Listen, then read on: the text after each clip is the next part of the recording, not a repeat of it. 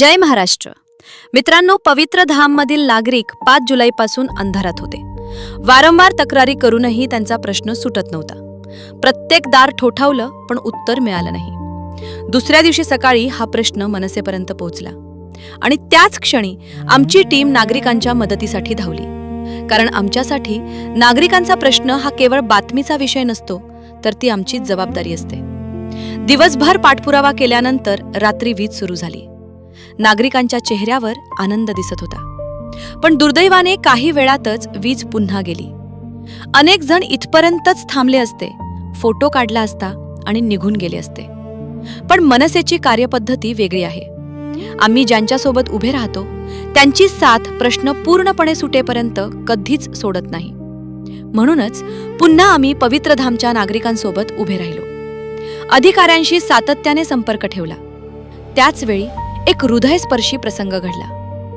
विजेचा खांब खांद्यापर्यंत पाण्यात उभा होता। अशा धोकादायक परिस्थितीतही एक कर्तव्यदक्ष इलेक्ट्रिशियन स्वतः त्या पाण्यात उतरला।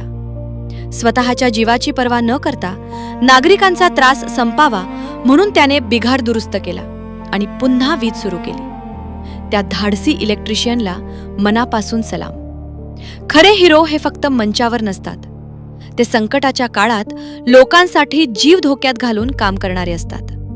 आणि मला अभिमान आहे आपल्या महाराष्ट्र नवनिर्माण सेनेच्या प्रत्येक कार्यकर्त्याचा। कारण आम्ही नागरिकांच्या विश्वासासाठी जातो, आम्ही प्रश्न सोडवतो आणि शेवटपर्यंत नागरिकांसोबत उभे राहतो। हीच मनसेची ताकद आहे।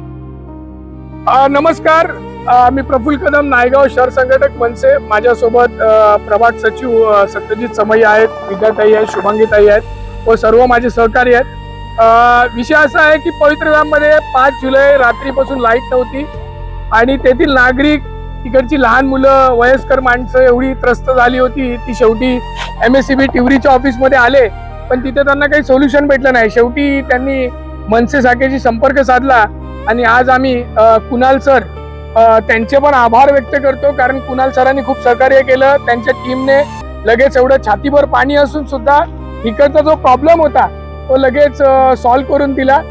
पुढची तुम्हाला प्रतिक्रिया नागरिक सांगतील की ते कसे त्रास काढत होते। पवित्र धाम में हम सब रहते, 5 दिन से लाइट नहीं था। फुल बारिश था, लाइट एक ही फेज था, ना लिफ्ट चल रहा है ना फ्रिज चल रहा है, पंखा भी एक ऊपर एक पे भी नहीं चल रहा था। फिर सबने कांटेक्ट किया मैडम का, मैडम पवित्र धाम में रहते हैं। फिर दादा को फोन किया, दादा खुद आए आज इधर। आधे पवित्र धाम वाले कोई भी नहीं आए, पवित्र धाम से लोग 20% भी कोई नहीं आए।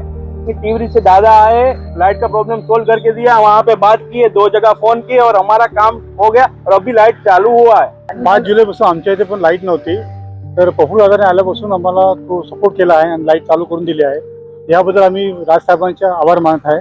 धन्यवाद।